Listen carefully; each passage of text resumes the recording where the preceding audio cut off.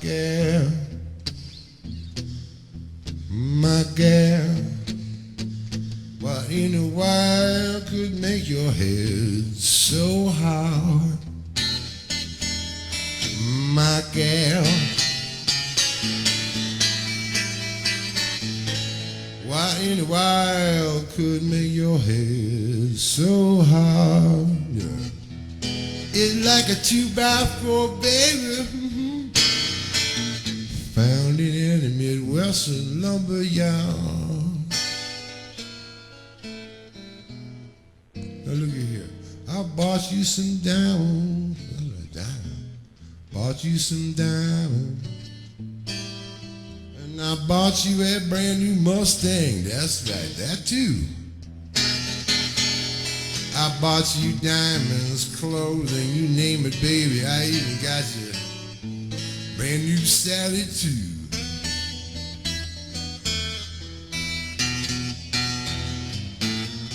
And now you've been running around town. Tell me, baby, is that the way you gonna do? Yeah, well, I'm gonna do something altogether different I had in mind. I'm gonna find her. Yes, I am. Find her, yeah. With my smoking 44. That's right. I'm gonna find her. Yes, I am. With my smoking 44. That's right. When I find my hard-head woman, her head won't never be hard anymore. I know you put people in jail for that stuff.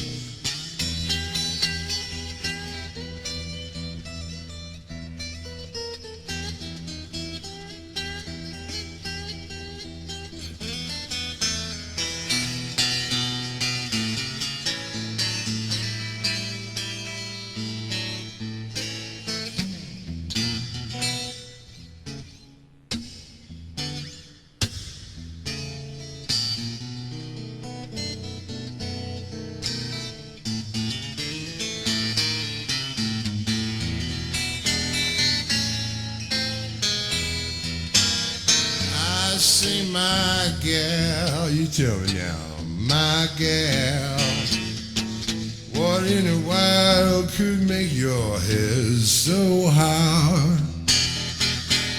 My gal, what in the world could make your head so hard? Be like a 2x4, baby, you understand? You could be found in any Midwestern. I mean, any Midwestern. Found in any Midwestern lumber yard, yeah.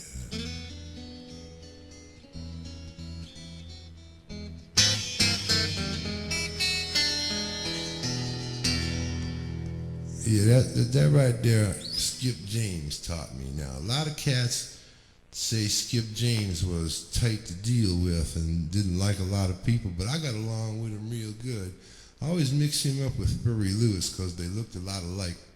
Skip was I liked him, he liked me. We got along real good. And he taught me that, and I like it. It's like, you know, that's the kind of guy he was. Gonna find him with my smoking 44, you know what I'm saying? Serious business over there. And that's the name of that thing. I mean, that's like, but very few people have had good experience with this cat. He stayed in my house for 2 weeks, and we had a great time. Then again, Uncle Furry was another story. Furry Lewis, man. He never had no hard time until he got to Illinois. That's another story, though.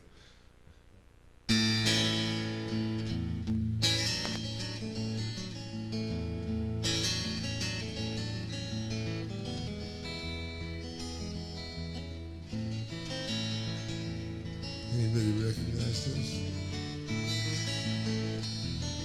Probably not. Mississippi John Hurt. I had the privilege of calling him my friend.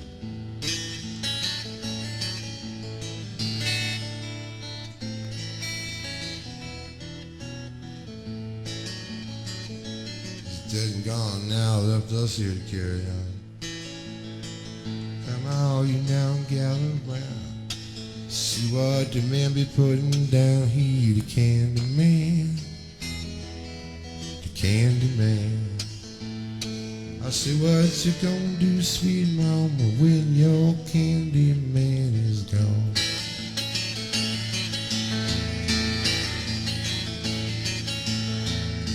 Come now and gather round. See what your boy be putting down. He's the candy man.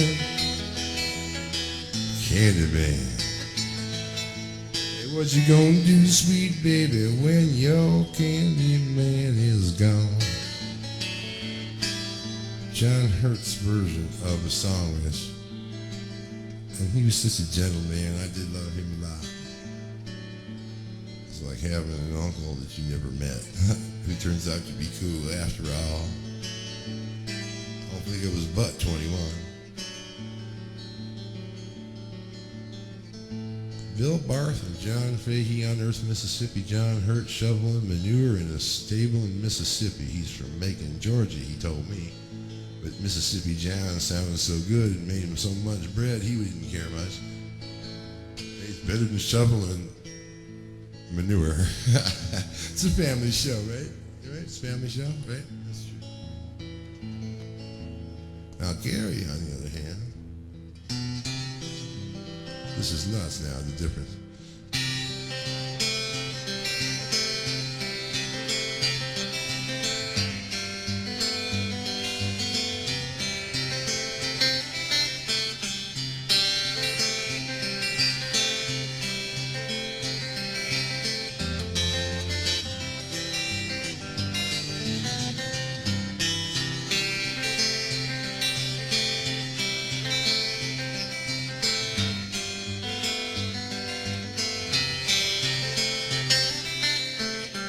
Take that, Cohen.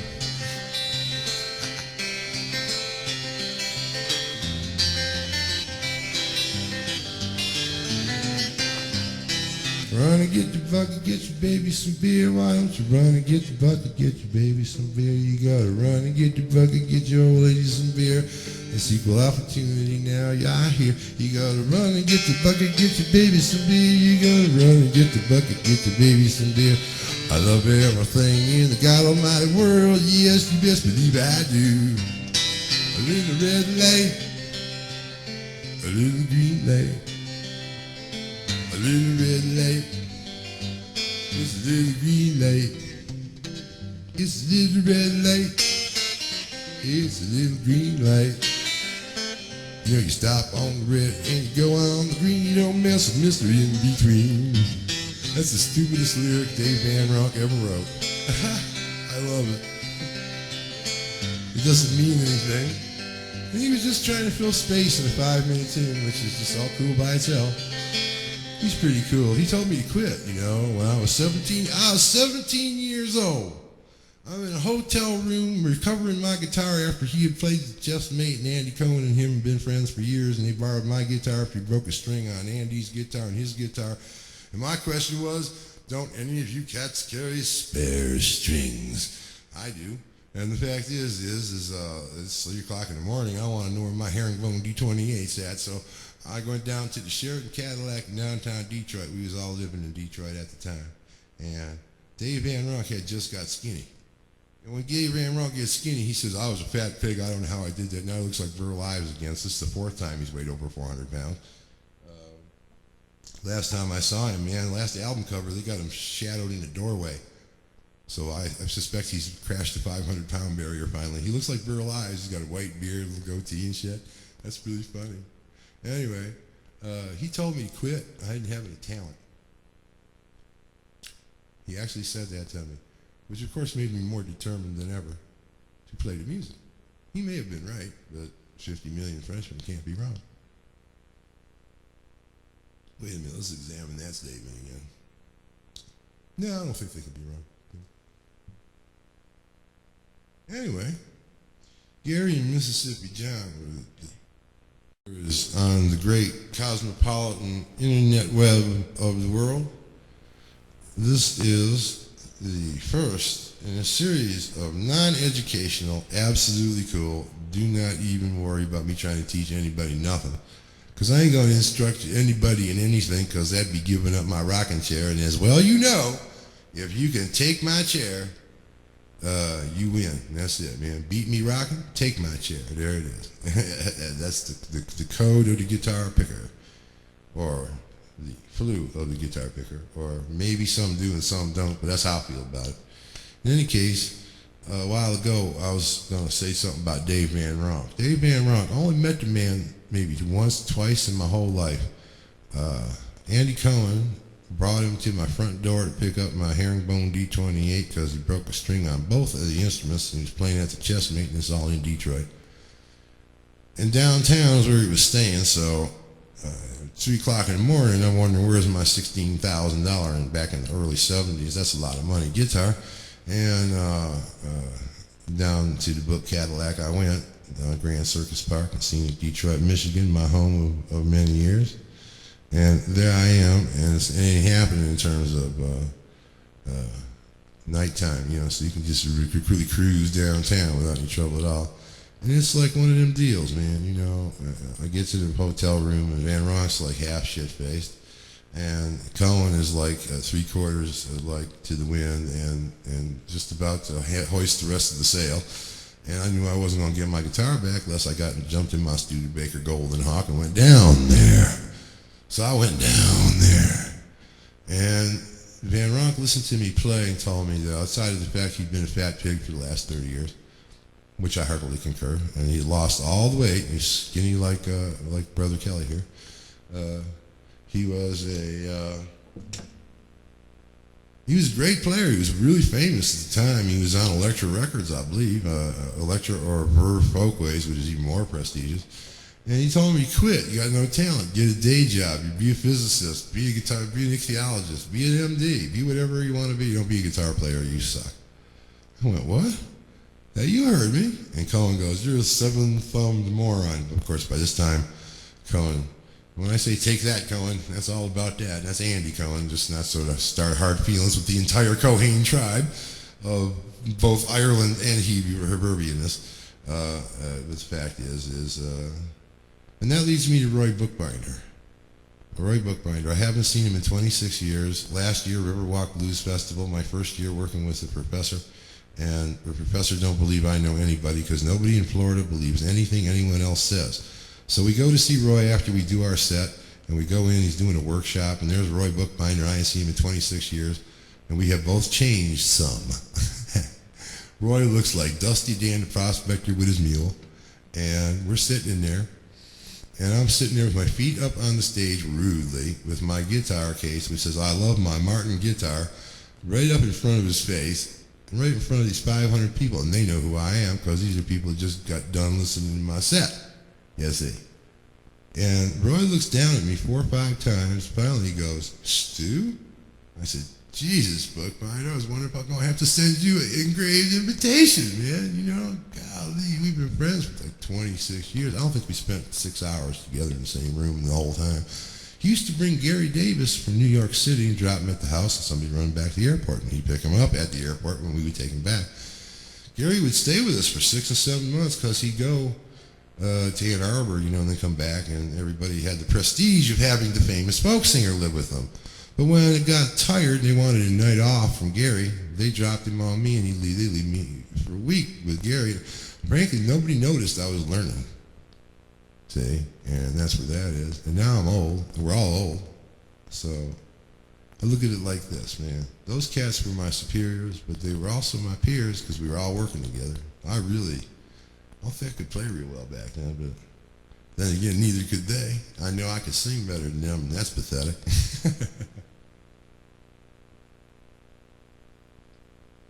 Dave Van Ronk, man, he sang the song a lot. I love this song. And we'll just illustrate this because, like, I don't want to be accused of ripping nobody off. So I used to do it with the wrong melody. I did it for 35 years with the wrong melody. It come to me in a dream. Actually, come to me, it wasn't exactly a dream, it was one of them clouds, but we won't talk about that. Family show. I were down by old Joe's ballroom on the corner down by the square. They was saving their drinks as usual, and that usual crowd was there. That was right. Lord, next to me is standing Big Joe McKennedy. His eyes bloodshot and cherry red. Look out. He turns to the crowded room all around him, and these y'all is the very words he said.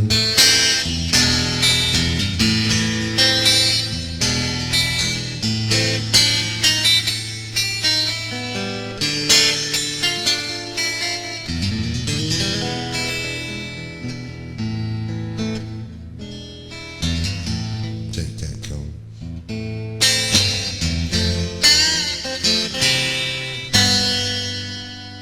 And then Dave Van Ronk took something from Patrick Sky and did this.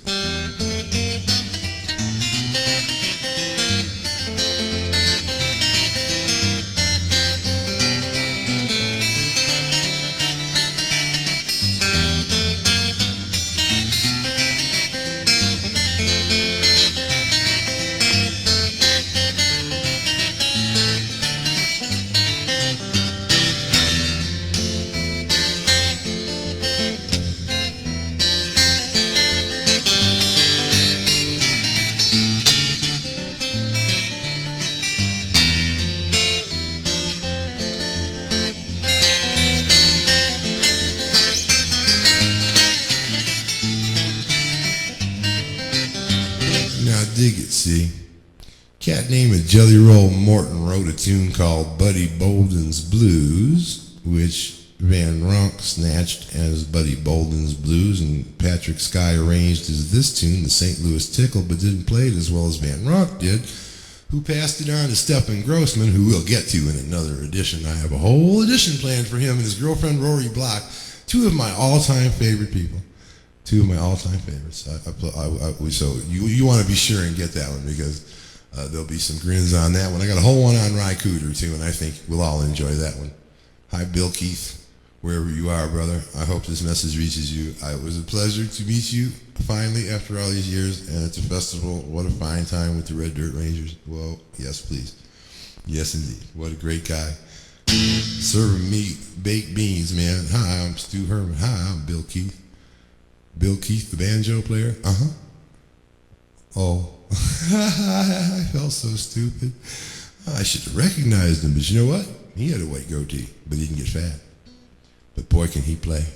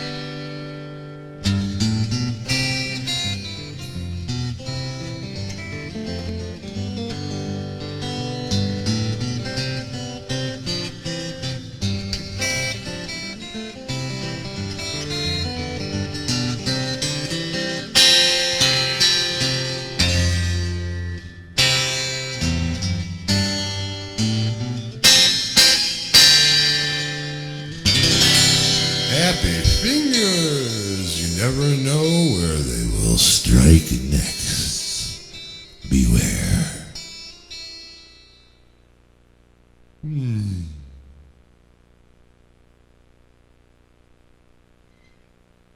Weinberg, who writes for the Sun Sentinel, ostensibly, column every 2 weeks on the blues. A good friend and a better human being than any I have met in Florida. One of the few people I left there calling friend. Too bad we couldn't spend a lot of time together, so nobody thought I was, shall we say, greasing the goose. But Bobby was like always trying to get me to tell these stories, and I figured out of deference to the old man I wouldn't do that, because this was pretty much private happenings between us and them. And there are a lot of us, and they're telling their stories, and that's all very interesting, but the stories themselves aren't out of context, don't help too much. So if this is not in chronological order, that's because I'm not in chronological order. As far as I'm concerned, it's still 1969 out there. That's that, and I refuse to hear anything else, man. You know, so my plate says 2001 or something, whatever it says. That's the whole third age of mankind I don't even want to deal with. Yeah, man.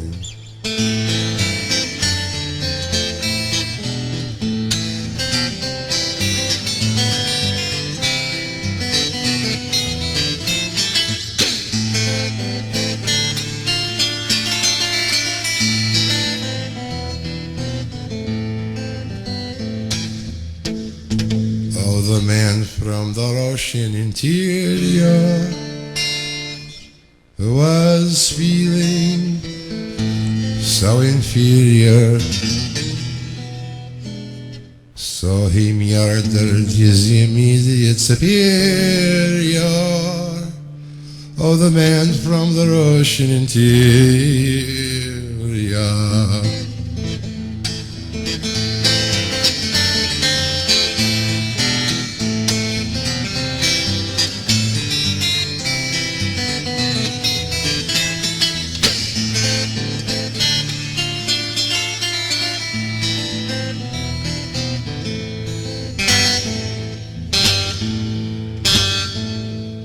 Oh, the man from the Russian interior,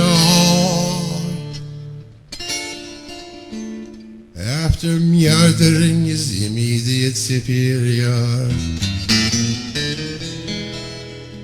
was tried and sentenced to go to Siberia. Oh, the man from the Russian interior.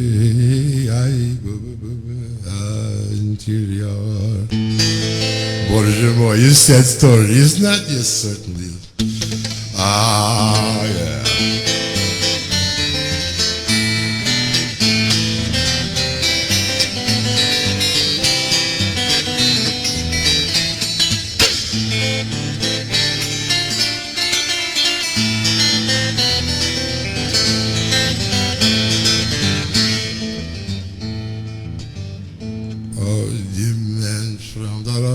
Interior. This is a sad story. Russian stories are sad. Arrived in coldest Siberia, there to die from a frozen posterior. Oh, the man from the Russian interior.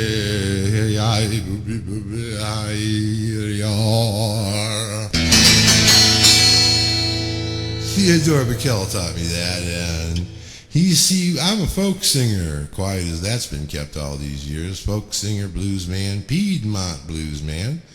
That's because I don't use a slide. I play with my fingers. I just used to think I was a folk singer. Then I got a Stratocaster, turned into a guitar picker. Different scene.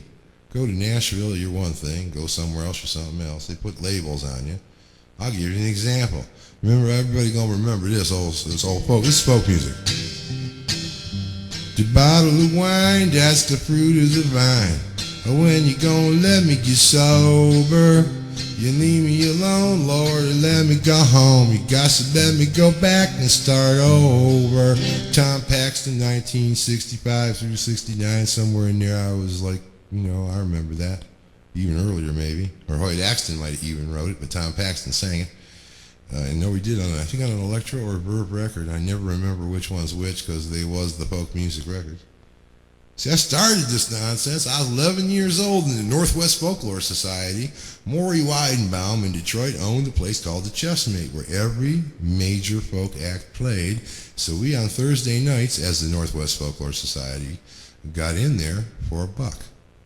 And I met all these cats when I was 11, 12 years old, so I couldn't play Jack Doodles yet. I started when I was 7, but, you know, I was a slow learner. I was 15 before I was making a really good living at it.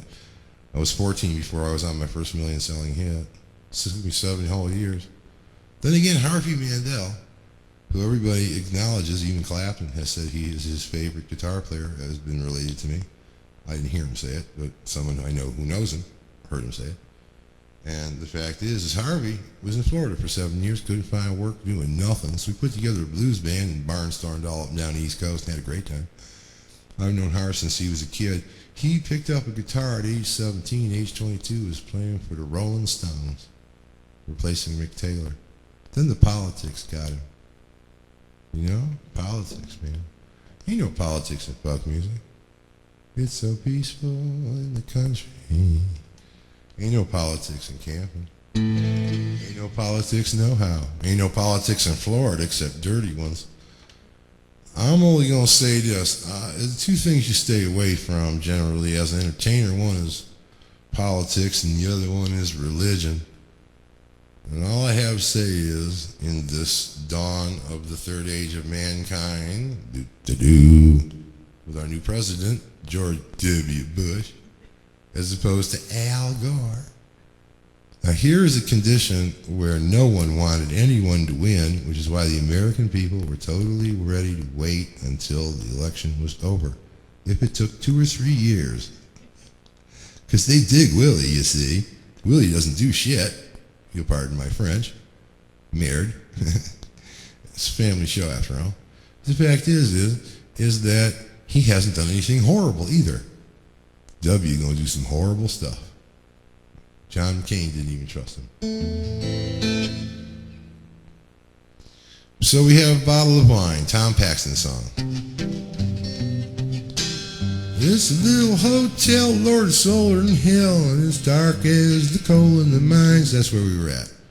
Okay, now, Reverend Gary Davis had a shuffle that he was fond of, and he taught it to me. Took him a week, and he was not happy about that. He says, you're not good enough. I said, well, make me better. He says, well, it's not my job. I said, sure it is. If I'm going to bathe you and cook and clean for you, old man. And all these Wayne State co-eds would come by and hang out and write down everything Gary said. And then Ricky Ruskin, probably the greatest finger picker that ever lived or ever will, walked in and said, hey, old man, how you doing? Ricky, is that you, Ricky? Yeah, that's me, old man. Ruskin, we used to call him Rabbi Ricky Ruskin, and he truly hated that because he had kinky hair and a kinky beard, and he looked like a Rabbi Ricky Ruskin, you know. Ricky got out of the draft because he has 3 bones in his forearm, 2 radii and an ulna, and therefore he can't raise his arm any higher than this, which means he can't salute, which means he was 4F.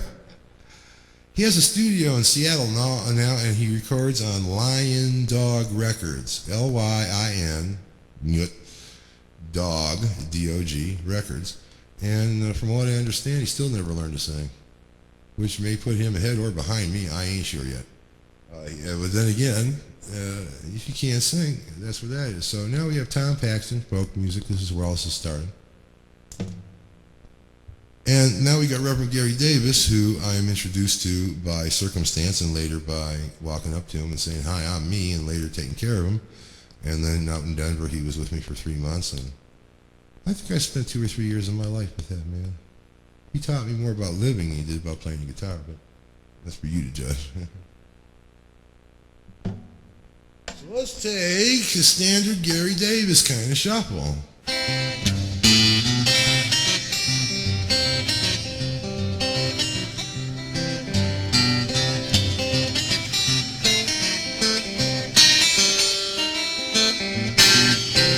Standard Gary Davis shuffle. Nice, basic, nice Gary shuffle. Now let us combine the Tom Paxton folk song and the Reverend the Reverend Gary Davis Piedmont Blues music. And we're going to have to come up with a name for it. And I bet you before this is over, someone will have a name on the internet for this nonsense. But this is the... It's the bottle of wine, that's the fruit of the vine. When you gonna let me get sober, you gotta let me alone. You let me go home, you let me go back and start over. You see the preacher gon' preach and the teacher gon' teach, and the miner got to dig in the mine. I ride the rides, I'm trusting in God, and I'm hugging on my bottle of wine. Bottle of wine, the fruit of the vine. When you gonna let me get sober? Let me alone, let me go home. I need to go back and start over. See, I've been rambling around this miserable town. I've been singing for nickels and dimes. The times is getting tough, Lord, I ain't got enough money. Buy me a little bottle of wine. The bottle of wine, that's the fruit of the vine. Now when you gonna let me get sober? Yeah, you let me alone, you let me go home, you let me go back and start over. Okay, now, what kind of music is that? Basically, it should be good music, right? That would be the answer we were looking for here. If this was Ben Stein's Money, if it was something else, it'd be some highfalutin guy that writes a book and says, we're going to call it this now. So I've been called everything, including late for dinner and some names I can't repeat in a family show. But that's okay. By the way, I'm Blue Stu Herman, in case you forgot the title, and that's if you like me. If not, I'm the Supremes. That's what that's at. I want to remind you, just so you know.